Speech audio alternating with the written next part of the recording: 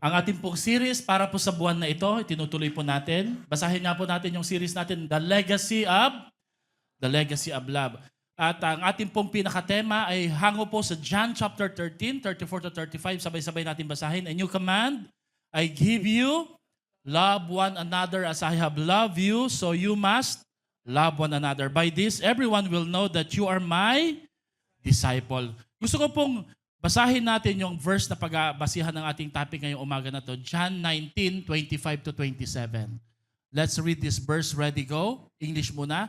Near the cross of Jesus stood his mother's sister, Mary, and the wife of Clopas, and Mary Magdalene.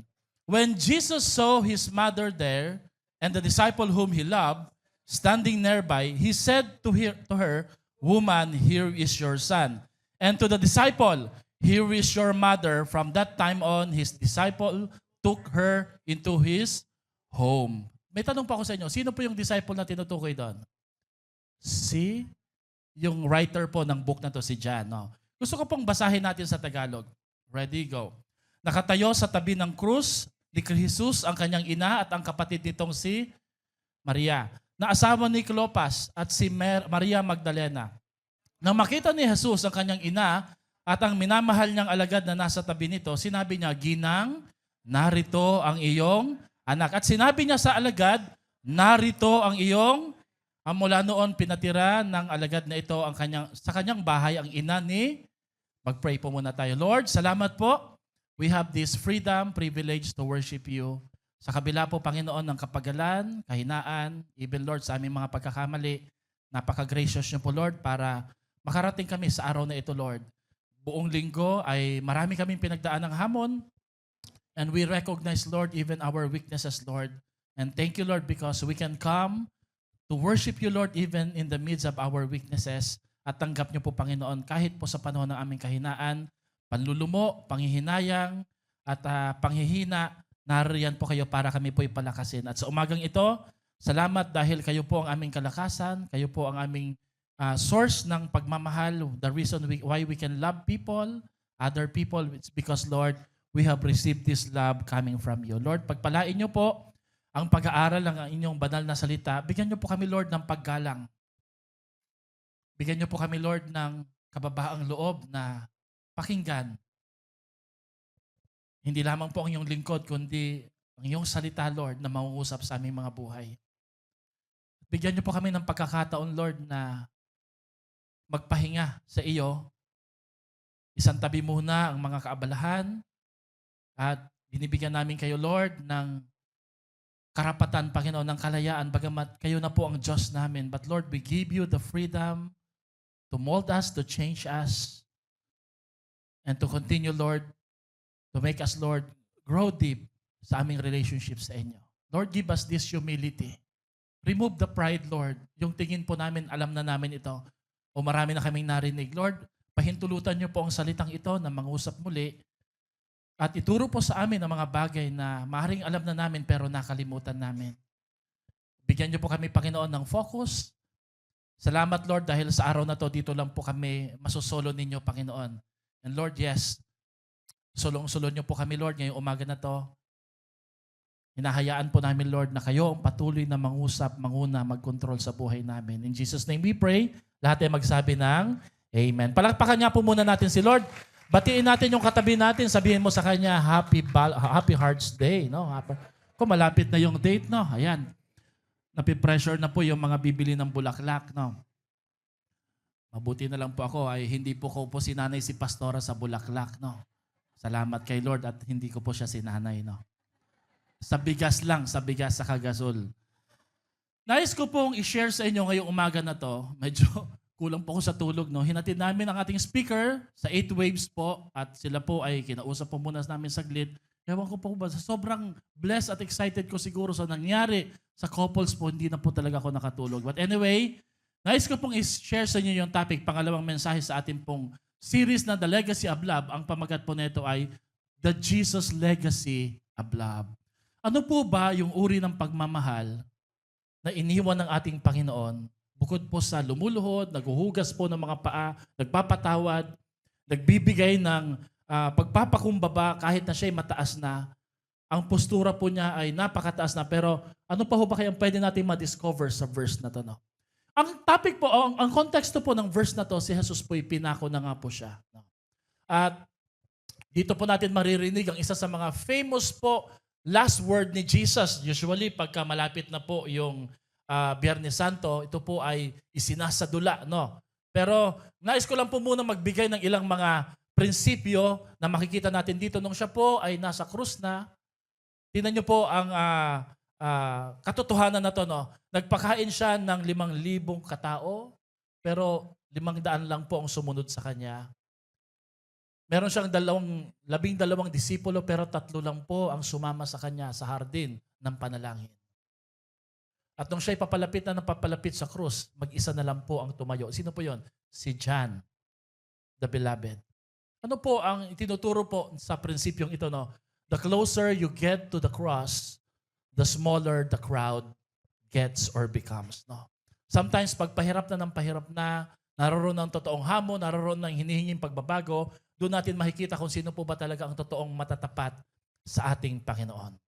Pero isa lang po iyan sa mga katotohanan gusto po nating itapik. Pero ang gusto ko po talagang ituro sa inyo ngayong umaga na to ay the cross is not only a place of sacrifice, it is also a place where love was demonstrated most clearly by our Lord Jesus Christ. And we will see, mamaya, makikita natin, oo nga no, alam niyo po, ano po ang pinakamahalagang trabaho nung panahon na yon? Tax collector, farmer, no? Ngayon, ano po ang pinakamahalaga na trabaho? Did you know, Jesus was doing and performing the most important job. He was saving the whole world. And yet, sa kabila po ng kanyang pagkakapako, sa kabila po ng kadakilaan at katindihan ng kanyang trabaho, Jesus still demonstrated love. Love, not just by emotion, but love with action. Pinansin niya ang pangangailangan at pag-iisa ng kanyang ina, na si Maria, at pinuna din po niya yung pangungulila ng kanyang disipulo. Kaya yun po yung palitan eh. Sabi nila, ito daw po yung huling habili ng ating Panginoon. Alagaan mo ang aking ina. Malulungkot siya, iiyak siya. Talagang maghihinagpis siya dahil sa kamatayan ko. Alam niyo po, di ba may mahakasabihan, naalala ko po dati, nung ako po ay nag-officiate ng isang namatay po na anak. Ang sabi po ng pastor ko, sabi niya, usually ang mga anak ang naglilibing sa kanilang anak, no? Sa kanilang nanay, magulang. Pero ito, masakit kasi ang nanay ang naglilibing sa kanyang anak. Talagang masakit po. At yun nga po ang nangyari dahil yung puso ni Maria ay nadurog dahil nakikita niya yung paghihirap, pagdurusa ng kanyang anak. You know, Jesus hanging in there, sobrang sakit na kanya nararamdaman, wala siyang ibang inisip kundi alalahanin ang kapakanan ng kanyang ina. Nung siya'y pinanganak bilang tao, nagkaroon po siya ng ina, si Maria. At ang sabi niya kay Juan, alagaan mo tong aking ina. At si Juan naman po na nangungulila, dahil hindi na niya makakasama si Jesus, sinabihan po niya ang kanyang ina, naririto ang iyong anak. Kumbaga parang mawawala man ako, pero naririto po ang papalit sa aking pwesto. Siya po ang aaliw o magbibigay sa iyo ng pagmamahal bilang isang anak. Ang tawag ko po dito ay 7 palabras. Alam niyo po ba yung 7 palabras? The 7 last words of Jesus. Isa po ito, no? Isa po ito sa mga words. Naroon po yung ama ko, bakit mo ako pinabayaan? Saka na lang natin pag-uusapan. Pero nag-research po ako ng ilang mga famous last word ng mga famous and powerful people. Number 1, si Steve Jobs daw po bago mamatay, ang huli niyang nasabi ay, oh wow. No, ano ba? Nauuhaw po ba siya? Oh wow. Hindi ko po alam kung anong dahilan, pero yun daw po ang huli niyang sinabi. Si Princess Diana, ang kanyang sinabi po nung siya po'y malagutan ng hininga, bago malagutan ng hininga, my God, what's happened? Anong nangyari? Si Thomas Edison, it is very beautiful over there. Si Bob Marley naman po, habang sumisindi siguro to, no? Sabi niya, money can't buy life. Si Julius Caesar, sabi niya, hindi ko na mabasa. You too, Brutus. Betrayal hurts more than death. Si Napoleon Bonaparte, ang sabi ng France, Army, head of the army, Josephine. Sino ho ba itong si Josephine? Si Winston Churchill, Ang sabi po niya, bago siya malagutan ng hininga, I'm bored with it all. Si Che Guevara, isang revolutionary leader ng Cuba, sabi niya, shoot coward, you are only going to kill a man. Tao lang naman ang papatayin mo. Napakatapang. Si Michael Jackson, ang huli po niyang request ay, mas maraming gatas, more milk. Hindi ko alam kung bakit. At si Whitney Houston po, ayon po sa kanyang mga pamilya, ang sabi po niya, sa kahuling sandali ng kanyang buhay, I'm going to see Jesus as reported by his family. Si MacArthur, sa amin, sa Leyte, sa Palo, Leyte, ano huli niyang sinabi? Okay, pero bago, hindi pa ho siya namatay kagad, di ba? Naglakad pa siya, no? Punta ho kayo sa Leyte para makita niyo po yun, no? Ang ganda po nun, no? Napakaganda po at nakakatawa po, nakakahanga yung mga huling salita ng mga sikat na mga tao na to. Pero si Jesus, magtataka ka po, no? In fact, na-shock siguro pati mga disciple niya, pati po yung mga sundalo. Sa dinami-dami po ng huling sasabihin ni Jesus, bakit ang kanyang sinabi ay, woman, here is your son. And to his disciples, John, ang sabi niya, John or disciple, here is your mother. Now, pinag-aralan ko po ang konteksto po or ang kahulugan, yung lalim na kahulugan ng topic na to. No? When people suffer, usually, wala tayong ibang iniisip kundi sarili natin. Hindi natin iisipin yung kapakanan ng iba. Iba, ba't naman natin iisipin yung kapakanan ng iba? Ang iniisip natin, paano makalabas sa hirap na to eh. But while Jesus was dying, wala siyang ibang iniisip kundi, hindi lang yung buong mundo eh, pati yung mga taong nasa paligid niya. Can you see that that focus, yung lens ng mata ng Lord kung paano siya tumutok para magpakita ng pagmamahal? Hindi niya tinignan ang kanyang sakit, pasakit, sugat, kahit yung kanyang pagkauhaw, hindi niya tinignan ang kanyang pain. He only saw his mother, he cared for a disciple, and this is the kind of love that is beyond emotion. Ang tawag daw ho dito, love in action. Ang sabi po ni Boyd Bailey, the legacy of the cross is actually a commandment of love na dapat nating ipamuhay kung paanong ipinamuhay at ipinahayag ng Diyos sa kanyang dakilang pagmamahal para sa atin. Maraming tao po ang tingin nila sa cross ay pagkatalo, ang tingin nila sa cross ay kahirapan, ang tingin nila sa cross ay sakripisyo, pero ang tingin po ng mga totoong nagmamahal kay Kristo, ang krus ay isang legasiya ng pagmamahal na dapat nating ipadama at ipasa at hindi dapat huminto sa atin. So let's study, ano po ang legacy of love nito ni Jesus? 3 bagay lang naman po ito. Number 1, Jesus' love for you and me is greater than His pain and suffering. Sino ho dito ngayong umaga na to, naniniwala ka ba na mahal ka ni Lord? At hindi ka lang basta mahal ng Panginoon, mahal na mahal ka ng ating Diyos. Taas nga po ng kamay. Amen. Jesus loves you. Sabihin mo nga sa katabi mo, huy, alam mo bang mahal ka ni Lord? Tingnan niyo po yung verse no, sa John chapter 19 verse 25. Sabi dito, near the cross of Jesus. Hindi kasi pwedeng lumapit ang mga babae. Bakit? During that time, marginalized sila. Pag sinabing marginalized, sila ho yung mga taong rejected sa isang patriarchal society na lalaki ang nagdo-dominate. Ang mga babae po, wala talagang value during that time. Sorry po for saying that, ha? Wala silang karapatan na magsalita. Wala silang karapatan na mag-voice out ng kanilang nararamdaman. Kaya hindi rin sila pwedeng makalapit kay Jesus. Ang tanging nakalapit lamang po yung lalaki. Ang kanyang nag-iisang disipulong nagpaiwan, si John the Beloved. Pero dito natin makikita na sino mang nagnanais na lumapit sa krus ng Kalbaryo, tiyak po na makasusumpong at makadarama ng pagmamahal ng ating Panginoon. Hindi ka mapapahiya. Amen? Meron pong nagtanong, paano daw po ba pinatay si Jesus? Para maintindihan lang po natin, gaano pa katindi yung pain na pinagdaanan ng ating Panginoong Jesus na to, no? Una, sa simula pa lang po kung paano po siya nilatigo, 39 beses. Naawa lang daw po, 40 dapat eh, kaya 39 na lang. Sa dulo po ng latigo, meron pong mga bakal na nakabit, na pag tumama po sa laman ng isang tao, tsak po na may makakalas na laman. At maraming beses po siyang nilatigo, hinampas, Sa katuparan na rin po ng propesiya na sinasaad po ng Biblia. Hinampas po siya kahit hindi pa man po siya nahahatulan. Pinarusahan po siya. At dito pa lang po nagsimula na ang kanyang paghihirap. At ang direksyon po ng paghampas ay nakasukat sa paraan po na talagang magdurusa ng matindi ang isang pinaparusahan. Pagkatapos po nito, pinagbuhat po siya ng talibas sa ating iniisip na cross po ang kanyang binuhat. Pero actually, it's just a beam. Isang mahaba at malaking kahoy na imposible po para sa isang taong buhatin.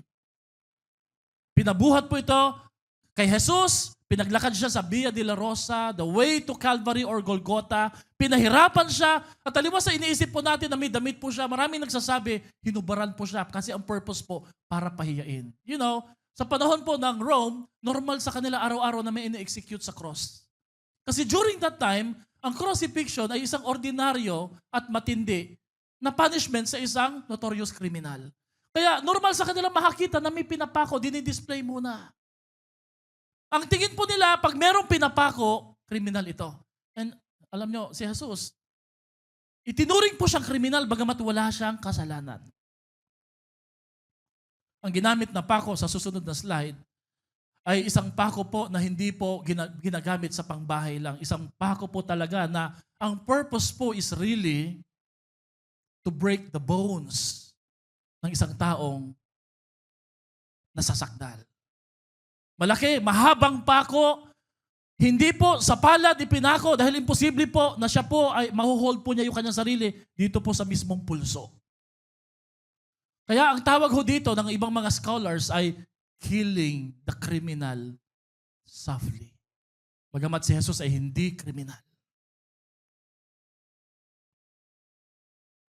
Yung susunod na picture, yung hirap ng paghinga habang ang katawan mo ay nakabayubay, nakahang doon sa cross, at habang yung dalawang paa ay pinagpatong, hindi po pantay, kaya ang paghinga po ay napakahirap. Kaya po, hirap na hirap si Jesus. Sinadya din po ng mga sundalong yun para talaga pahirapan at pahiyain ang kinikilala ng mga Hudyo na hari ng mga hari, Diyos ng mga Diyos. Sabay, sinibat po siya sa may bandang tagiliran, tumama ang sibat na to sa kanyang puso at naghalo po ang puso at ang sirkulasyon ng dugo sa tubig na manas ang katawan ni Jesus. Ang sabi po sa Bible, sumabog na. Kaya, kung tatanungin po natin paano siya pinatay, ang turing po daw po neto, kahit po sa Time Magazine, the most brutal murder in the whole history of the earth. At hindi. Palagay ko po, nasa kalahati lang po tayo sa pagpapaliwanag kasi hindi ko po talaga lubos na may papaliwanag ang pinagdaanan ni Jesus. Si Jim Caviezel, yung gumanap po na The Passion of the Christ bida bilang Jesus. Sabi niya, sa tansya ko, kung tao na ordinaryo ang magdadala at magbabata sa pinagdaanan ni Jesus, kung wala pong sapat na pagmamahal at dahilan para kayanin yon, hindi niya kakayanin doon pa lang po sa hagupit. Sabi ni Jim Caviezel, grabe ang tindi ng pinagdaanan ng ating Panginoong Jesus. Mahalaga yung tanong na paano siya pinatay, pero siguro mas mahalaga yung tanong, sinong pumatay sa kanya? Si Mel Gibson, ang direktor ng The Passion of the Christ, na ngayon po ay nagde-direct ng The Resurrection of our Lord Jesus Christ. Nagboluntaryo po siya sa isang eksena o bahagi ng palabas kung saan ang kamay na makikita ay hindi po kamay ng Romano, kundi kamay niya mismo. Nung tinanong po siya ng reporter, bakit niyo po ginawa yan? Kayo na po yung producer, kayo na po yung director. Sabi niya, because it was my sin, the murder weapon that killed Jesus. At ang sabi pa niya, I killed Jesus and yet Jesus saved me. Jesus loved me. Meron ka bang kakilala na tao na ganitong uri magmahal, ganito katindi ang kanyang pagmamahal sa iyo? Sabi nila, ang mga pako ang nag-hold sa katawan ni Jesus. No, nails didn't hold Jesus. Love hold Jesus at the cross of Calvary. Mahal ka ni Jesus kahit nahihirapan siya, kahit naghihirap siya. Kung pag-aaralan daw po ng mga sociologists kung paano nagmamalasakit ang isang tao, Makikita daw po ang totoong malasakit ng isang kaibigan, ng isang ina, ng isang ama, hindi po sa panahon ng kasaganaan eh. Ang sukatan daw po ng matinding pagmamahal ng isang tao para sa iyo ay sa mga panahon na siya'y nahihirapan. Ang sabi nila, love that is real rises above suffering. Ang totoong pagmamahal ay umaangat, bumabangon, at nilalagpasan niya yung katindihan na kanyang nararamdaman. Love that cares can endure the deepest pain. And during this time, no, Jesus was already beaten, bleeding, suffocating, and yet, He made a room in His heart to love someone. Tayo siguro yun, no? Kung tayo po'y nasaktan na, sasabihin siguro natin, hindi na muna. Hindi nga po pala muna ako nagwe-welcome ng manliligaw. Gusto mo iligaw ko pa kayo eh. Pain did not make Jesus selfish. It made Him all the more selfless. Pain made Him love and show compassion. Kaya kung tinatanong mo, paano ka minahal ng Panginoon, minahal ka niya habang siya'y nahihirapan. And although, intentionally sinadya po ang mga ganong klaseng parusa para talaga ipahiya si Jesus at ipakita sa ibang mga tao, yung Diyos na to hanggang dito lang yung ububuga, hanggang dito lang siya magmamahal sa inyo. No, the cross did not silence Jesus. The wounds, the pain couldn't silence the greatest love of Jesus to you and me. Palakpakan nga po natin ang ating Panginoon. Hindi kayang patahimikin ng sakit at paghihirap na pinagdaanan ni Jesus ang kanyang dakilang pagmamahal para sa iyo. Ulitin ko po yung tanong, sino ho dito ngayong umaga na to, naniniwala ka na mahal ka talaga ng ating Panginoon? Sumigaw nga po ng amen. Ano po yung dapat nating pagbulay-bulay na katotohanan? Kung minahal ka nga niya habang siya'y malapit ng mamatay, surely mamahalin ka niya habang ikaw ay buhay. If Jesus has loved you while He was dying, He will surely love you while you are living. Amen? Yung mga humihinga dyan, yung mga may pulso dyan, ay yung pulso na yan, yung hininga na yan, ay nagpapakita, nagpapahayag na merong isang dakilang Diyos na nagmamahal sa iyo at nangakong hindi ka iiwanan ni pababayaan man. Ano man ang iyong pinagdadaanan ngayong umaga na to, ito po ay pinahayag ni Pablo sa Aklat ng Roma. Isang dating mamamatay tao na niligtas, pinatawad at nakaramdam ng pagmamahal ng ating Panginoon.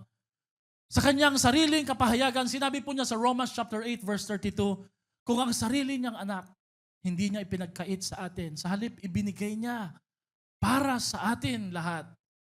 Ang tanong po dito ay isang obvious na tanong, no? Hindi kaya niya, paano bambasa nito, no? Hindi kaya niya ibibigay ng masagana sa atin ang lahat ng bagay.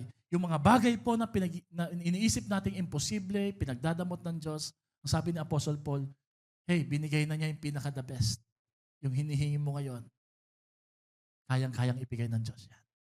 Amen? Pakisabi nga sa katabi mo, ano man ang kahilingan mo ngayon, ibibigay ng Diyos yan. Sapagat naibigay na niya yung pinakamainam para sa iyo. Palakpakan natin ang ating Panginoon. Amen?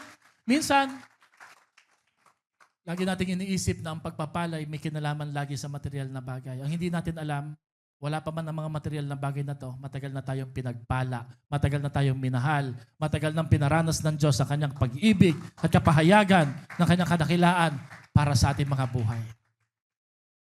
Yung maging Kristiyano at makakilala ka kay Lord, isang napakalaking pagpapala. Romans 8:37-38, ano po ang tugon natin dito? Sabi niya, hindi. Sa lahat ng mga ito, tayo'y lalong higit pang magtatagumpay.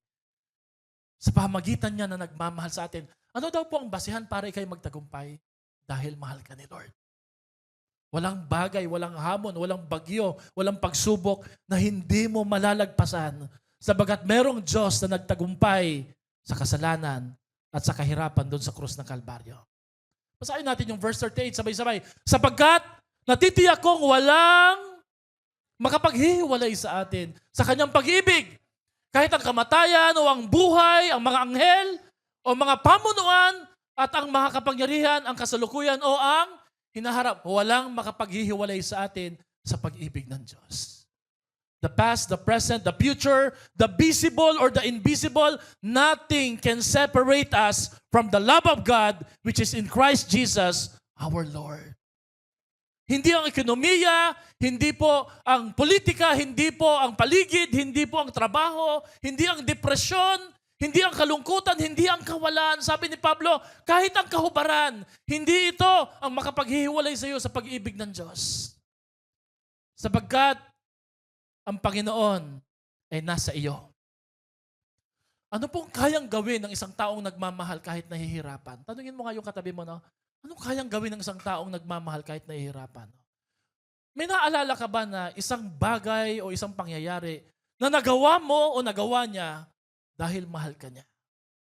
Sino ho dito yung baon mo, binigay mo sa kanya kasi mahal mo siya? Ayaw niya ng gulay, ikaw kumakain ng gulay. Wow, no? Sa kanya yung pork chop, sa'yo yung ketchup. Naglalakad ka para mag-ipon dahil may pinag-iipunan kang date. No? Wow, grabe, love po yun, di ba? Nanliligaw ka pero napakalayo. No? Naalala ko po yung isang pastor sa isang conference. Sabi niya, dahil mahal ko tong asawa ko nung kami mag-asawa na, pag naghuhugas ako ng pinggan, grabe daw po pag naghuhugas siya ng pinggan, hindi kagad sabon, no? Tinatanggal niya muna yung mga kanin. Binubusan mo na niya ng tubig, no? Hindi agad-agad napupunasan ng sponge, no? Talaga pong pinaghusayan po niya. No? Bakit? Kasi mahal na mahal siya. Si Austin Applebell ba to? Appleby. Isang 13-year-old from Australia, nung tumaob po, true to life story, no? This week lang po nangyari to yata eh. Tumaob po yung bangkang maliit ng kanyang ina kasama kanyang dalawang kapatid. Ang sabi po na kanyang nanay, this is the hardest decision that I have made in my life. Sabi niya, anak, pwede ba? 5 kilometrong langoy. Langoyin mo, anak. Kasi kung paggabi na, pag walang nakapansin sa atin dito, lahat tayo malulunod. Ikaw lang, anak, ang nakikita ko na kaya mo, no? Alam niyo ang ginawa ng batang ito? Nilangoy po niya ng mahigit 2 oras po ata o 3 oras. 4 na oras pa pala, grabe, no? Papuntang pagdating po niya sa pagod na po siya. Naghanap po siya kagad ng telepono, tinawagan po niya yung mga authorities para i-rescue po ang kanyang mga magulang. Tingnan natin yung next slide. Naligtas ba? Yes, naligtas. At ang sabi po niya, habang lumalangoy ako, 13 years old, sabi niya, tingin ko hindi na ako yun eh. It was God the whole time. And I keep on praying and praying, Lord, bigyan mo ko ng lakas. At nagawa po niya. Ganito po ang kayang gawin ng isang taong nagmamahal kahit nasasaktan, kahit nagsasakripisyo, kaya niyang gawin ang mga bagay na imposible. Amen? Kapatid, ano man ang iyong pinagdadaanan, ano man ang iyong kalagayan, ano man ang iyong sitwasyon, ang imbitasyon po ngayong umaga na to ay pagkatiwalaan mo ang pag-ibig ng Diyos. Trust His love. If He didn't forget you on the cross, surely He won't forget you now. Kung hindi kanya kinaligtaan habang nakapako sa krus, hirap na hirap, ngayong siya'y niluwalhati at buhay na buhay doon sa langit, lalong hindi kanya iiwan, ni pababayaan man, hindi kanya makakalimutan. Amen? Sino po dito uli naniniwala? Mahal na mahal siya ng ating Panginoon. Pumalakpak at sumigaw ng Amen! Mahal ka ni Lord! Sometimes, pag may nangyayari po sa atin, totoo kaya yun, no? Pag may nangyayari po sa ating kakaiba at bago po na problema, ang dali nating kalimutan ang pagmamahal ng Diyos para sa atin. No matter what happens in our lives, nothing can separate us from the love of God. Sapagkat ang sabi po ng Biblia, tayo'y higit pang mananagumpay sa pamamagitan ni Kristo Jesus na ating Panginoon. Paano ka minahal ni Lord? Na dapat mong maalala, dapat mong pag-isipan, dapat mong pagbulay-bulayan, minahal ka niya kahit siya'y nahihirapan. Amen? Minahal ka niya kahit siya'y nahihirapan. Pangalawa, paano ka minahal ng ating Panginoon? Ano po ang ligasiya ng pagmamahal ng Diyos para sa iyo at para sa atin na karapat dapat ipamana sa iba? Jesus' love for you and me sees and blesses you even in the midst of crowd. Sa gitna ng kadamihan ng tao, kitang-kita ka ng ating Diyos. Sabi mo nga sa katabi mo, kitang-kita ka. Sino ho dito pag nasa palengke, nasa SM ka, nandun ka sa isang pasyalan, no? Sa dami ng tao, kitang-kita mo kung nasaan yung anak mo. Kitang-kita mo rin kung nasaan yung asawa mo. Siguro nilagyan mo siya ng balon sa taas, no? Para alam mo, pumapasok siya sa Watson, okay, ano. Oh, hindi, kitang-kita mo, no? Pag ako po, dahil 3 po anak namin, yung mata ko po nakatingin kay Jethro, Jehaya. Konti na lang kay Jael kasi ate na siya. Yung dalawa po, para sila mga ninja, nangangawala kagad, no? Nakatingin, kasi hindi mo ibig. Nung kami po'y namasyal sa Bustos Dam, hindi ko lang po sila basta hinawakan sa kamay, binuhat. Natatakot ako baka biglang mahulog eh. Kitang-kita ka ng ating Panginoon. Amen? Sabi dito sa verse 26, when Jesus saw, everybody say, Jesus saw, his mother there, mahal talaga ng Panginoon itong nanay niya na to, no? Bakit? Sa dami ng tao, sa gitna ng kahirapan, pinagdadaanan niya, kitang-kita niya kung nasaan yung nanay niya. Amen? Mahal din niya yung disciple na to. Si John, kitang-kita niya kung saan nakapwesto si John. When Jesus saw his mother and the disciple whom he loved, saka po siya nagsalita. Did you know na very significant po ang verse na to eh. Yung kanyang pagkakasabi, narinig po hindi lamang po ng mga disipulo, kundi maging ng mga Romano. Elevated siya sa cross, kaya yung echo po talagang malakas yung kanyang tinig eh. During this time, nung sinabi po niyang, woman, here is your son. Alam niyo kung anong ginawa niya? This is not just a spiritual lesson eh. This is more on societal and may kinalaman sa justice system. Here, Jesus has just elevated the dignity of the women. Yung minamaliit, pinapahiya, binababa ninyo, sabi ni Jesus, mahalaga sa akin ang mga yan. Fast forward, when Jesus resurrected, now, ang mga babae ay nagkaroon po ng mga papel sa gawain at sa mga simbahan ng ating Panginoon at nagkaroon sila ng impact. Bakit? Sapagat naniniwala si Jesus na kahit ang mga kababahihan na sa tingin ng iba'y mahihina ay mahalaga sa kanyang kaharian at may magagawa sa kapurihan ng ating Panginoon. Kung may katabi kang babae ngayon, sabi mo sa kanya, mahalaga ka kay Jesus. Inelevate ni Lord. Inelevate ni Lord yung kapakanan ng mga kababaihan. Amen?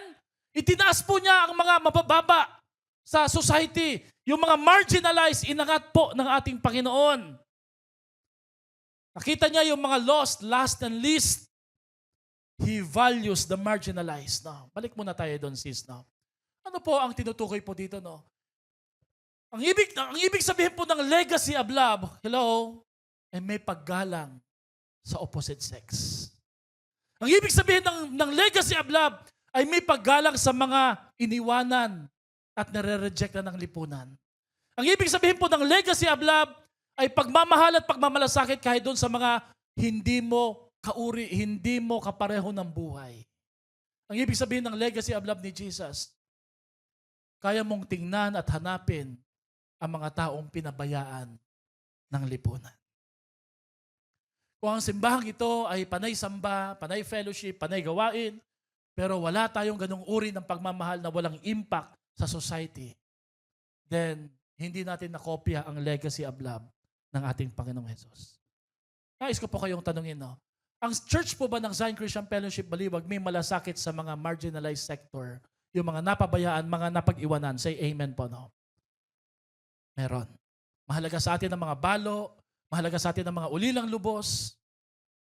Did you know na kahit po ang mga pastor ay nasa kabilang ng marginalized sector? Kasi po, maraming mga pastor, they're serving even in the midst of their wounds and suffering. Sometimes you think, pag akyat ng mga pastor, malalakas sila. Pero hindi kasi safe ang church para mag-open. Ang tingin kagad ng mga miyembro, hindi dapat yan yung nararamdaman mo, pastor eh. Kasi pastor ka eh. So they belong to marginalized. They don't have the safe space to open up their wounds, their hurts. Ang mga orphans. Did you know that you can be alone in a crowd? Sino po dito naranasan mo na nasa gitna ka ng isang pagtitipon, nasa gitna ka ng isang reunion, Pero pakiramdam mo parang nag-iisa ka. Parang wala pong nakatingin sa'yo. Parang wala pong nakakapansin sa'yo. No? Parang wala pong nagpapahalaga sa'yo. You can be alone in a crowd. You can be unwanted even in the middle of a gathering. Ilang babae po ang sinabi doon sa verse? 3. Si Maria, si Cleopas, si Mary. At tandaan niyo po, ang Mary Magdalene na to, kung hindi po ka nagkakamali, ito yung prostitute na pinatawad, nilinis, at binago ng ating Panginoon. The marginalized people. And even John the disciple, marginalized sector din po si John the disciple. Bakit? Kasi during this time, tuloy-tuloy po ang pagper-persecute. Tuloy-tuloy po yung target laban sa kanila. Hinahanap sila. In other words, nag-iisa po sila. Walang sino po man ang pwedeng magprotekta sa kanila. At ano pong ginawa ni Jesus sa verse na to? Alam niyo, ginawa ng Panginoon sa kanila, pinaramdam sa kanila na nandito ako, kitang-kita ko kayo. Nandito ako, nakikita ko yung nararamdaman nyo. Parang sinasabi niya kay Mary, sinasabi niya kay John, sinasabi niya kay Cleopas, I see your tears. I see your worries. At nakikita din ng Diyos yung mga pinagdadaanan at kahirapan mo. Did you know that the worst time to feel alone is when you are in a crowd? Ang pinakamatindi po na pag-iisa ay yung nasa gitna ka pero walang nagpapahalaga sa'yo. Naranasan nyo na po yun. Nasa gitna ka ng eskwelahan, nasa gitna ka ng pagtitipon, nasa bahay ka pero walang pumapansin o walang kumakausap sa'yo. Pero yung ginawa ni Jesus dito ay isang patunay that you and I, we are not lost in the crowd with God. May Diyos tayong kasama. He sees our fears. He sees our worries. He sees our needs. And most importantly, He sees our values. At kitang-kita rin po niya yung ating mga luha. Palakpakan niya po natin ang Panginoon. Merong Diyos na nakakapuna sa atin. Merong Diyos na nakakapansin sa atin. Ano po nga uling ibig sabihin ng KSP? Kulang sa? Pero sabi nila, ang kulang sa pansin daw po actually ay kulang sa pagmamahal. Pero ngayon po, magkukulang po talaga tayo sa pagmamahal kung kulang tayo sa Panginoon. Pero kung meron tayong Panginoon, hindi na tayo kailanman magkukulang ng pansin at pagmamahal. Naalala ko po ang kwento ni Zacchaeus. Naisipan lamang po niya, narinig niya sa kwentuhan na si Jesus ay daraan sa kanilang lugar. Kaya nagmadali po siya, iniwan po muna niya ang kanyang pwesto. Maniningil po kasi siya ng buwis eh. Ang ginawa po ni Zacchaeus ay nagmadali po siyang tumakbo at umakyat po siya sa puno ng, anong uli yung inakyat niya? Puno ng tamarind. Ilang-ilang po ba yan? Hindi, sycamore, di ba? Matinik po yun eh. At pagkakyat po niya doon, ang intention po ni Zacchaeus ay makita lamang niya si Jesus. Sabik siyang makita si Jesus. No others, wala na po siyang ibang intention or hangarin, basta makita lang niya si Jesus. Sinadya po niyang makita si Jesus ang hindi po niya alam. Siya ang sinadya ni Jesus. Sa dinami-dami ng mga tao, nasa baba si Jesus, ang sabi ho ng Bible, tumingala si Jesus at nakita po niya si Zacchaeus. Nawa po hindi mo isipin na hindi ka napapansin ng Panginoon. Sa dami ng tao, billions of Christian, alam ni Lord kung nasaan ka at kung sino ka. At kung anong kalagayan mo sa buhay mo ngayon. Jesus knows who you are and He knows where you are. Simula po nung namatay na si Paul Walker, medyo parang nag-iba po ang kwento ng mga moving Fast and the Furious. Sino po na, kasubaybay po dito ng Fast and the Furious po, no? Yung mga mabibilis po magpatakbo, no? Alam nyo, napansin ko po sa mga mabibilis magpatakbo ng sasakyan. Vin Diesel. Sino pa ba? Jason Statham, the transporter. Ano po napansin niyo po sa mga mabilis magpatakbo ng sasakyan? Kalbo. Walang buhok. So pag kalbo, mabilis magpatakbo ng sasakyan. Yung po ba yung meaning no? Pogi, no?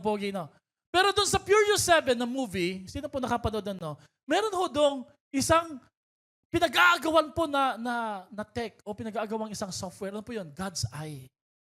Ang God's Eye po kasi ay kaya pong mag-locate, mag-access gamit ang mga cellphone ng tao. Kaya natakot po ang mga tao noong time na yun eh. Pwede pong magamit ang mga camera ng ATM, CCTV camera para i-locate ang isang taong hinahanap mo. In other words, wala na yung privacy. Kayang gamitin yung computer mo, yung cellphone mo para malocate yung hinahanap mo. Nakakatakot po ito kasi parang ito po ay isang sneak peek ng pwedeng gawin ng AI o ng mga technology. Pero na-research ko po kung ano po ang masasabi ng mga technology sa God's eye. Alam niyo po kung anong sagot?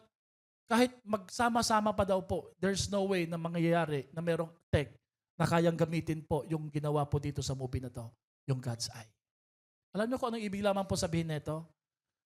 Walang ibang mahigit na nakakita at nakakaalam, nakakabatid sa iyo, liban po sa mata na mapagmahal ng ating Panginoong Hesus. Psalms 121 verse 3 says, ang Diyos na to hindi niya hahayaang mapatid ang iyong paa. Kagaya ng isang bata, aalagaan, titiyakin, babantayan ka niya. Sabi niya, the God who watches over you will not sleep nor slumber. Hindi tatamarin, hindi aantukin, hindi makakatulog. Lagi kang nakabantay, sarado. Uli, sino ho dito naniniwala ngayong umaga na to, mahal na mahal siya ng ating Panginoong Yesus? Sumigaw ng amen. Palakpakan natin yung ating Panginoon. To God, you are never just a face in the crowd. You are the apple of His eye. Tingnan mo nga yung katabi mo. Sabi mo sa kanya, ikaw ang singkamas ng mata ko. Ikaw ang balimbing ng mata ko. No? Ano po ba? Ikaw ang bayabas ng mata ko. Wala kasing apple na. No? Pero kay Lord, you are the apple of His eye. So bring your needs to Him for He sees you personally. No? Meron ka bang pangailangan? Meron ka bang project? Meron ka bang bibilhin na sa tingin mo parang imposible? Hindi mo kayang mabili. Hindi mo kayang ma-accomplish. No? Dalhin mo yan kay Lord. Bakit? Ikaw lang ay mahalaga na kay Lord. Ano pa kaya yung mga pangailangan mo? Amen. The mystery of the cross, ang promise po ng Panginoon sa cross na yon ay ang ating paghihirap ay may katapusan, hindi magtatagal. Ipinakita po ng ating Panginoon kay Maria, kay Cleopas, kay Mary Magdalene, kay John the Beloved na ang paghihirap ninyo, ang luha na yan na nakikita ko sa inyong mga mata, darating ang panahon pag ako'y muling nabuhay, niluwalhati, hindi magtatagal. Malalagpasan nyo ang hirap na yan. Hindi iyan magtatagal. Sabi mo nga sa katabi mo, these things shall pass. Alam niyo po ba kung anong ginagawa ko kapag ka mahirap na, kapag ka matindi na, kapag ka pumalya na ako, kapag ka sobrang lugmok o hirap na ako pag naisip ko, ano pa bang pag-asa nito? Lagi ko pong pinapaalala sa sarili ko, lilipas din ito. These things shall pass. These things shall pass. Amen? I hope this thing shall pass, hindi yung you will pass. Sino ho dito naniniwala, ang mga bagay lang ang mawawala pero ikay mananatili pa rin. Amen? Kasi kasama mo ang ating Panginoon. So ano pong legasya ng pagmamahal ni Lord? Number one, ang pagmamahal ni Lord sa iyo at sa akin ay isang uri ng pagmamahal kahit nahihirapan. Pangalawa, nakikita ka sa gitna ng karamihan. Pangatlo at panghuli, Jesus' love for you and me commissions you to care, to love. Ang pagmamahal na ito ay nagbibigay sa iyo ng utos, habilin. Nagbibigay sa iyo ng isang dakilang tagubilin na magmahal kagaya ng ating Panginoong Hesus. Ang sabi po ni Jesus, woman, here is your son. And to the disciple, John the Beloved, ang sabi niya, son, here is your mother. Very countercultural. Kasi po, pag nawala na ng anak, nawala na ng asawa, widow na, mababa na ang tingin. Sa ibang bansa, sa liblib na Afrika, ang mga widow, nakakalungkot po mang isipin, no, pinapatay na sila. Kasamang nililibing po sa mga yumao nilang asawa. Bakit? Ang turing po ng tribo nila, wala nang pag-asa ang babaeng ito. Hindi na siya mabubuhay. Hindi niya kayang buhayin. Nakita niyo po kung gaano kababa, kaliit ang tingin nila sa mga babae. Grabe po, no? Hindi nila alam. Did you know na pag namatay daw po ang asawang babae, sabi daw po nila, sumusunod daw yung lalaki sa lungkot eh. Pero pag namatay daw po yung lalaki, tuwan-tuwa yung mapili. Joke lang po. Kinakaya ng babae. Bakit? Kasi po, ang babae may binubuhay, may anak na iniisip, merong responsibilidad na pinagpapatuloy. No? Of course, ganun din po ang lalaki, pero iba po ang willpower ng mga babae. Amen? Sige nga, palakpakan nga natin yung mga women, women's power. Love is not only received, it is passed on. Hindi lang po kinomfort ni Jesus si Maria. Binigyan niya si John ng responsibilidad. Tiniyak niya na hindi iiyak at luluhang mag-isa ang kanyang ina. Na sa tuwing luluha siya, hindi niya masyadong mamimiss si Jesus. Bakit? May humalili, may kapalit, at naroroon po si Maria. Naroroon po si John pala. No? Ito po yung uri ng love no, na that cares. Ito yung uri ng love na may malasakit, nararamdaman mo yung nararamdaman ng iba. Alam niyo po ba, may isang bagay po na kulang ang mga tao ngayon. Hindi lang po ang mga bata, pala tayo dito, kulang na tayo ng malasakit. Do you agree? Wala na tayong malasakit. We don't care. Did you know that the opposite of love is not hate? It's indifference. Because sabi nila, the more you hate, the more you love. Pag hate mo pa, sabihin nun, love mo pa. Tama? Pero pag wala ng hate, wala ka ng pakialam. Ayun po yung opposite ng love. At marami pong mga tao, even Christian, wala na silang pakialam sa nararamdaman ng iba. Isa po sa pinakamasarap na feeling ko bilang pastor ay yung pag pinagtitimplahan ako ng kape ni pastora, pag hinasalubong ako ni JL o ng mga kapatid nga, si Jethro Jihaya, at kakapain yung bulsa ko. Ang sarap no, may kinukuha sila. Si JL magbibless, pero yung dalawa kinakapkapan ako para mga security guard eh. No? Sabi ko, papasukin nyo muna ako, no? Sasakay sila. Isa sa pinakamasarap. Bilang pastor naman dito sa church, pinakamasarap na damdamin. Last year, saka dito. May isa po tayong disciple dito na bago ako mag-speak, tatanungin niya ako sa office, sasabihin niya, Pastor, may kailangan pa po ba kayo? Sarap ng pakiramdam na marami na siyang gagawin, marami din siyang problema, marami din siyang pinagdadaanan. Pero narito po ang kanyang kakayahang magmalasakit at ituon ang kanyang puso at nagtatanong, may magagawa ba ako sa iyong pinagdadaanan? When was the last time you heard that voice, that words?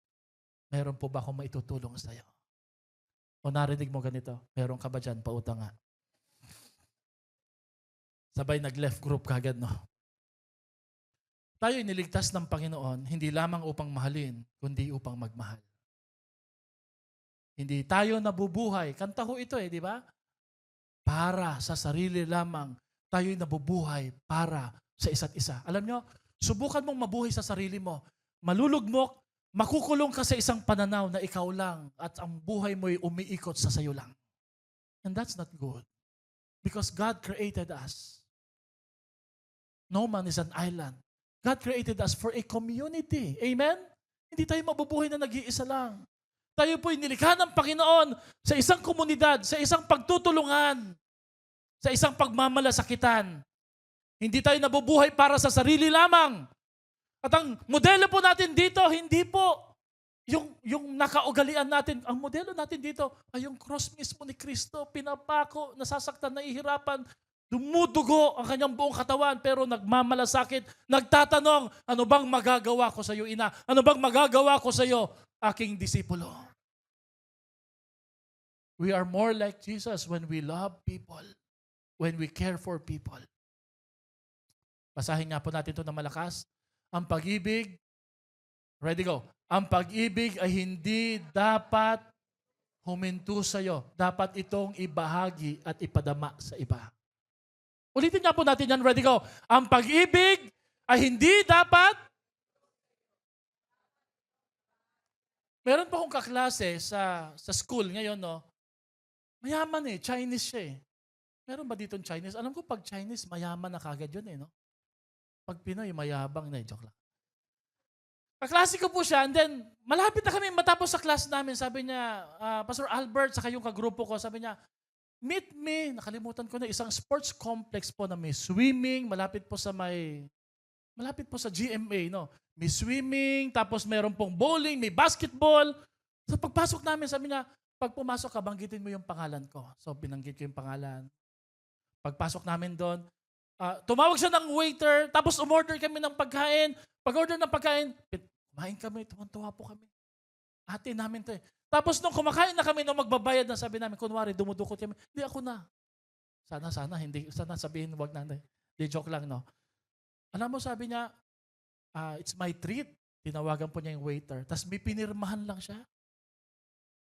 Sabi po ng kagrupo ko, sabi ko, ate, ano lang po nangyari? What does just happen? May membership kasi kami dito. Ano bang tawag doon sa sports complex na yun? Ha? Ay, yun.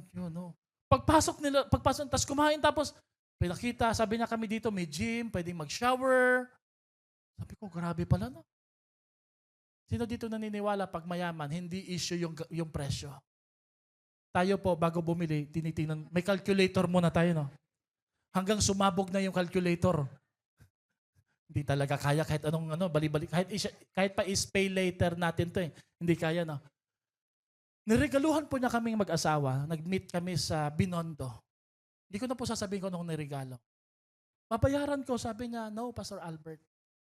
Huwag yung pong bayaran yan. Hindi, sabi ko, I insist. Kasi nahiya na ako eh. Totoo na to nababayaran ko talaga. Alam mo, sabi niya, sa susunod na makakita ka na kailangan yan, return the favor. Ibahagi mo sa iba. Hindi ko maalala kung nagawa ko eh. Palagay ko, nagawa ko naman. Mahirap kasi, no? Pero doon ako humanga na ito ang mga totoong mayaman talaga. Ito talaga ang totoong mayaman ang puso, hindi lang yung bulsa. Because they want that the blessings of God will not stop on them, but it will pass on. Sabihin mo nga sa katabi mo, ipasa mo. Ipasa mo. Sino ho dito mamamasa ng problema o ng pagpapala? Palakpakan natin ang ating Panginoon. Amen? May mga nag-a-apply ba ng trabaho dito? Nako, bilisan nyo po mag-apply. Galingan nyo po resume ninyo. Ano bang tawag na ngayon? Hindi na resume. CV na, no?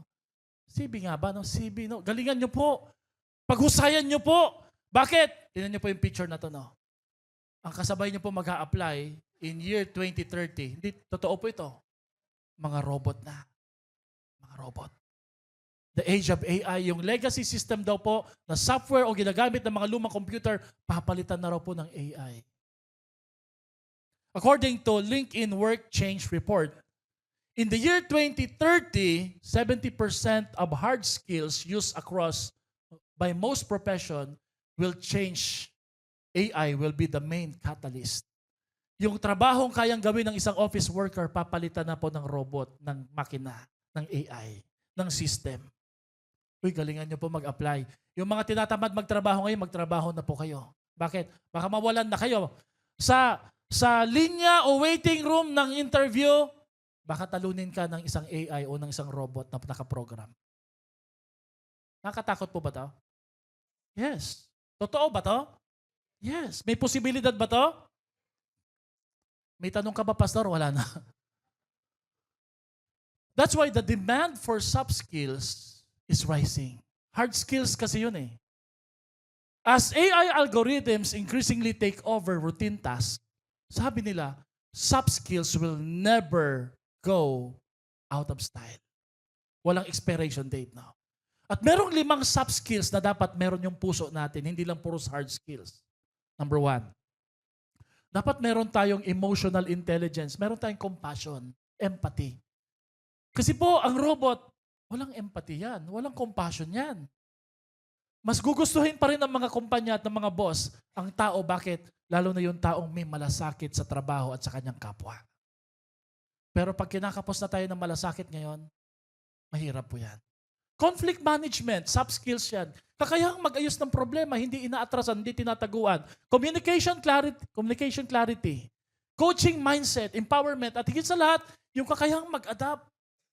Yung AI, hindi naman kasi tao yan eh, di ba? Hindi niya alam kung anong nangyayari sa kanyang paligid. Ang pwede lang makagawa niyan, ikaw. I-increase natin yung ating compassion. Amen? Kaya pag gagawa ka na ng resume, dapat ganito daw po. Ayan, hindi buong picture. At ang sabi dito, hire me to unlock my potential. Yan yung mga diskarte, di ba? Kalahati lang yung picture na. Pero pag hinire mo ako, malalaman mo kung sino ako, di ba? Mapagmahal, mapagmalasakit.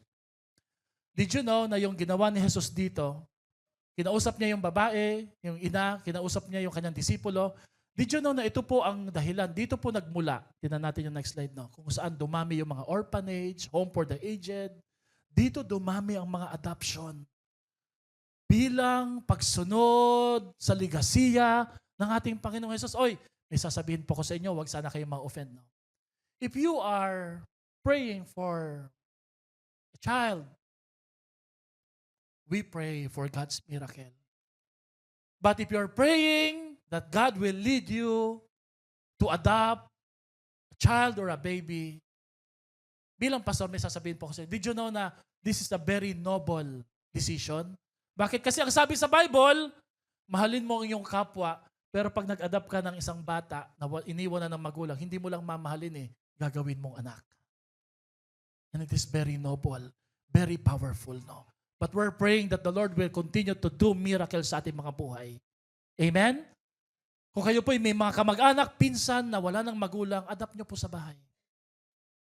Alalayan nyo, pakainin ninyo, mahalin ninyo. Bakit?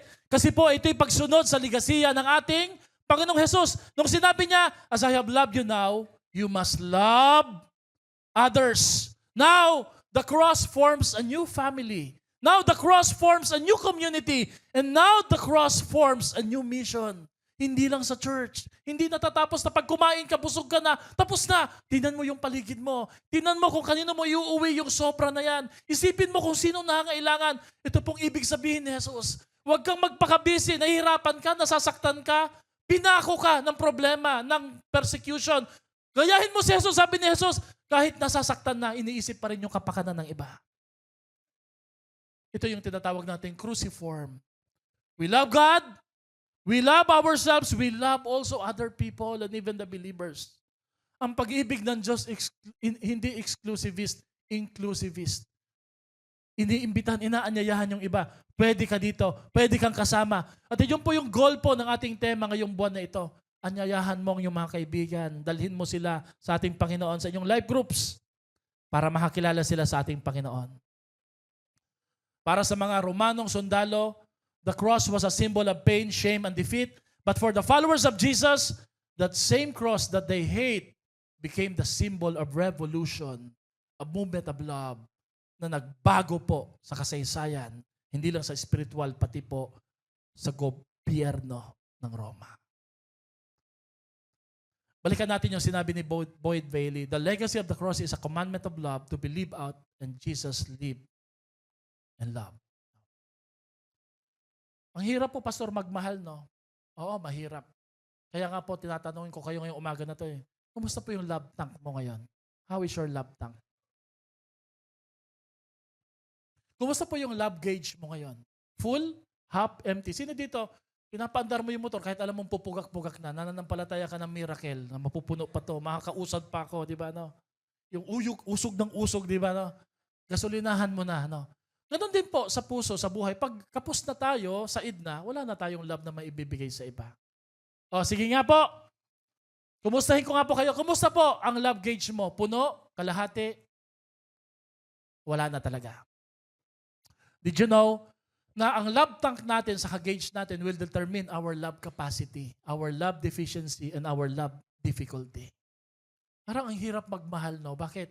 Naiirita ka, madali kang magalit, mainis, madali sa'yo maging judgmental. Meron kang tinatawag na avoidance attitude, umiiwas ka na lang. Isolation, bakit? Hindi dahil masama kang tao, hindi dahil sa ayaw mo magmahal, kundi kapos kabiyos yung pagmamahal natin sa love tank natin. Ano pong solution? Love refill. The cross of Jesus. Because the love of Jesus gives us the capacity and the capability to love people. Alam niyo bakit tayo nauubusan ng love? Maling source of kinukuhaan natin Tao, gamit, bagay, kasikatan, material things. Kakapusin talaga tayo. Pero pag kay Lord ka kukuha ng love, refill, sigurado po mag-uumapaw. Dito rin po, pwede na rin natin kuhanin ito sa love languages, sa ating pamilya, words of affirmation, quality time, physical touch, acts of service. Dahil naranasan mo na, papadama mo sa iyong pamilya. Hindi ka kuripot sa pagmamahal. Makabubuo ka ngayon na tinatawag nating love nest, where love lives, thrives, and grows. Ito ho yung nest na kung saan mag-grow po tayo, lalago po tayo sa ating Panginoon. Basahin natin yung kahulugan ng love na to na hindi kinakabyos ng pagmamahal. Dear friends, God loves you dearly. And He has called you to be His very own people. Sino dito naniniwala, mahal na mahal ka ng ating Panginoon? Say amen. So 1 John 3:1, what an incredible quality of love the Father has shown to us that we should be named and called and counted the children of God. And so we are. Napakatindi, napakadakila na tayo tawagin na mga anak ng Diyos. At tayo nga'y anak ng, pumalakpak nga po yung anak ng Diyos na nagaranas ng pagmamahal ng ating Panginoon. Kung doon mo huhugutin ang love, hindi ka kakapusin, hindi ka pagkukulangin. Kapag si Jesus ang hinayaan mong magmahal sa iyo, kailanman hindi mo maririnig yung salitang break na tayo. Breakthrough ang mararanasan mo. Palakpakan nga po natin ang ating Panginoon. Sa tao siguro, maririnig mo yan. If our Lord Jesus hanging in there, struggling to breathe, could still think about others, then love, therefore, is not about convenience. It's about commitment. Kung nagawa ni Jesus ito, kahit na siya'y nakahang sa cross, hirap na hirap, hindi ito tungkol sa kung kaya mo dahil pwede ka, libre ka, komportable sa'yo. Ito'y may kinalaman na sa isang commitment na kahit anuman ang iyong kalagayan, sitwasyon sa buhay, gagawin mo yung nararapat. Amen? Jesus did not suffer so we wouldn't have to. Taliwas sa iniisip natin, Jesus suffered so we would know how to. Meron pong uri ng Christianity na ngayon na walang suffering. I would love to have that then.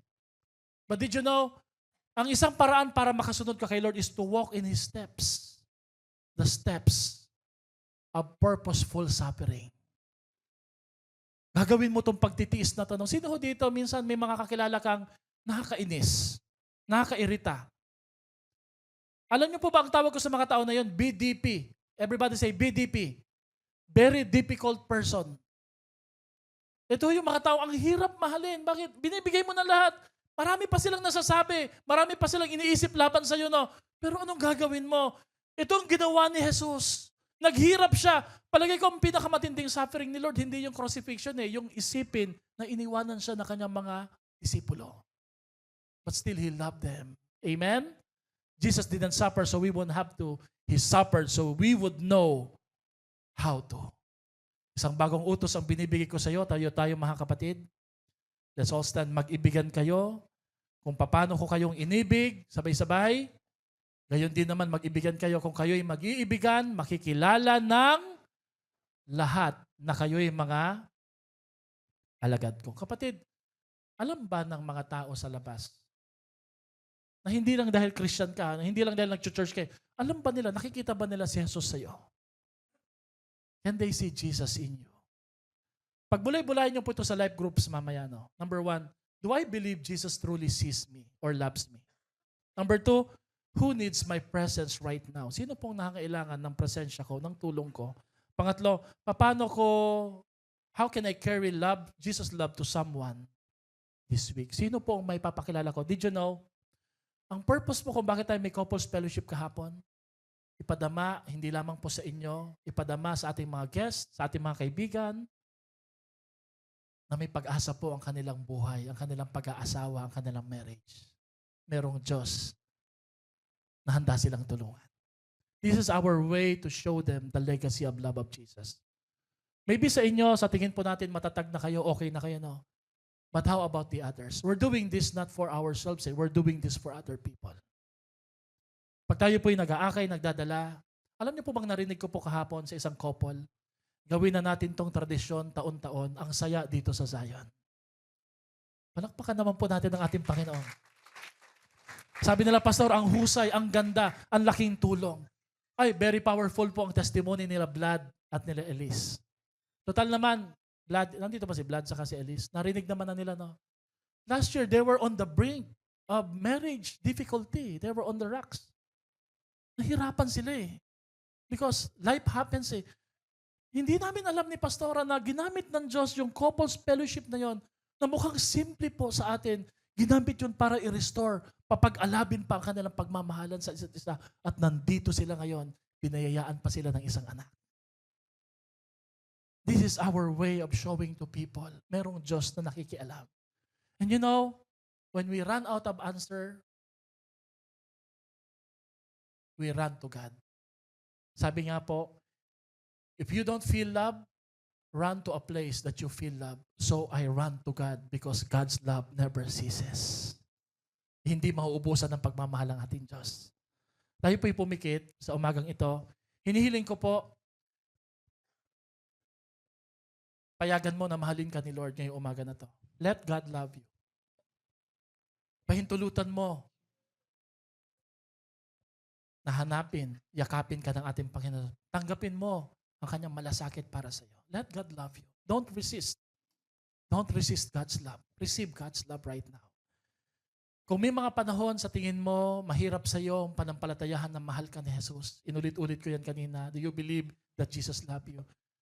Pahintulutan mo, bigyan mo ng chance na mahalin ka ng ating Panginoon ngayong umaga na to.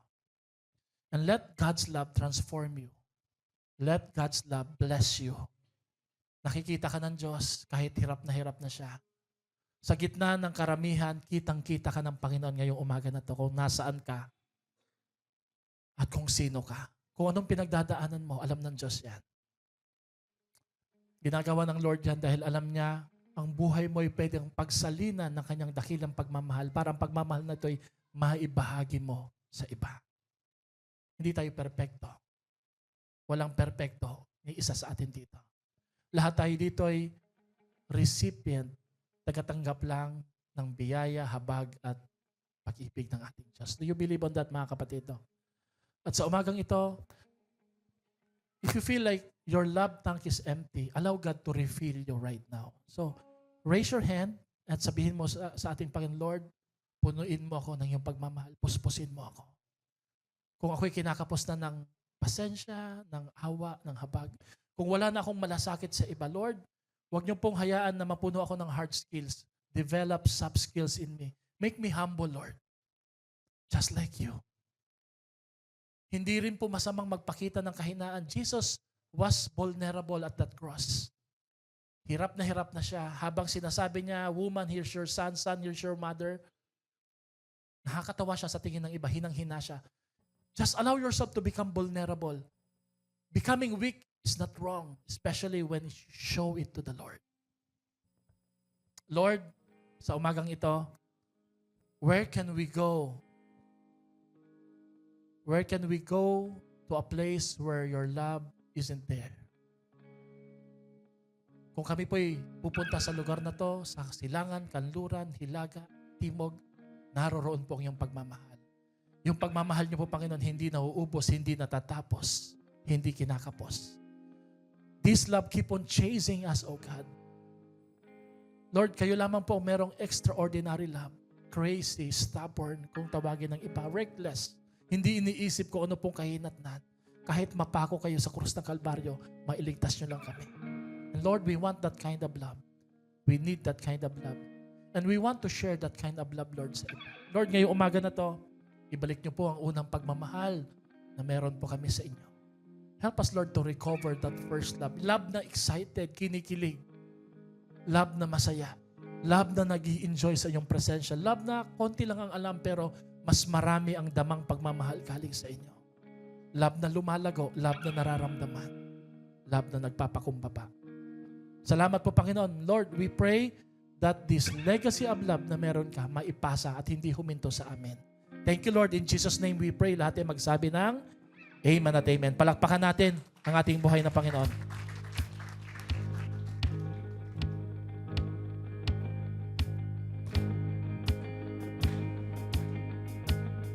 This is all I want, that the love I have for you doesn't fade along with you. Can you help with that? The reason that I ask, I've seen far too many friends walk away and not come back. I want more than that. I wash away like branches in rain. I'd rather be kindling in the light. So set me on fire like I've never known. I wanna love you more as life goes on. So all of my days I'll place my first love first again. This is all I pray. Over everything I ask, that my friends one day will laugh. Can you help me that?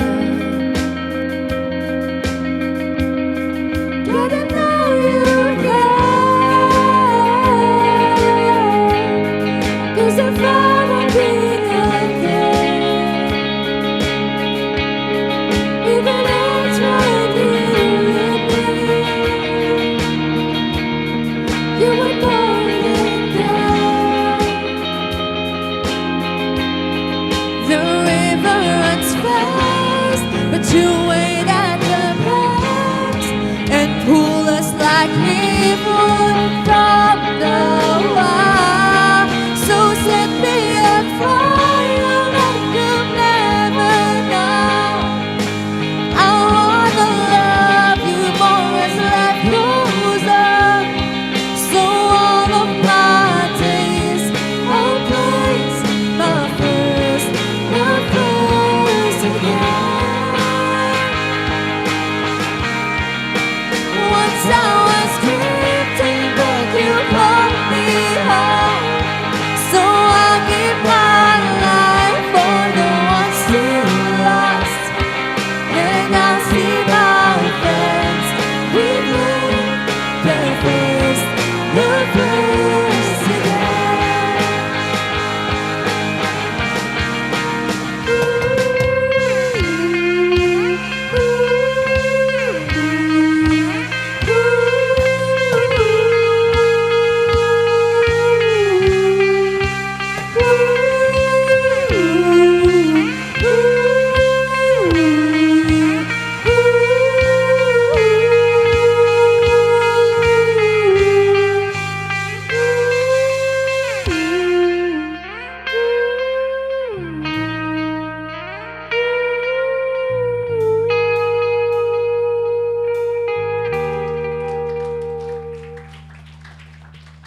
So set me on fire like I've never known. I wanna love you more as life goes on. So all of my days I'll place my first love first again. Once I was drifting, but you pulled me home. So I give my life for the ones still lost. And I'll see my friends with you, their first again. And you'll see this world return, and your first love you first. Praise. Pwede po bang itaas lang po natin ating mga kamay? Loving people is not about convenience. Hindi po totoo na yung mga nakapag-serve lang kay Lord yung maraming oras, walang ginagawa. Hindi po totoo na yung nakakapag-share lang ng gospel, yung sobrang malawak, madami yung pagmamahal. Sometimes, ito yung mga uri ng tao, kagaya mo at kagaya ko, na nasaktan, laging nasasaktan, patuloy na nasasaktan. Nakaranas, Lord, nakaranas ng betrayal, panghuhusga. May pinagdadaanan, nahihirapan. Pero sobra kasing sagana yung love ni Lord na hindi niya maitago sa puso niya. Hindi niya maiwasang hindi ibahagi sa iba. And I'm praying ngayong umaga na to, I'm praying that as you listen to the Word of God, total naman, Word of God naman ni Lord yun, hindi naman yun sa akin eh. magkaroon ng room o place sa puso mo na pakinggan ito. At hindi lang basta pakinggan, isa buhay. Pagbaba mo dito mamaya, sino yung tao na pinapaalala ni Lord sa iyo? Nasyesharehan mo ng gospel, aabutin mo, aakayin mo, iimbitahan mo. At ipapasa mo yung love na natanggap mo sa Kanya.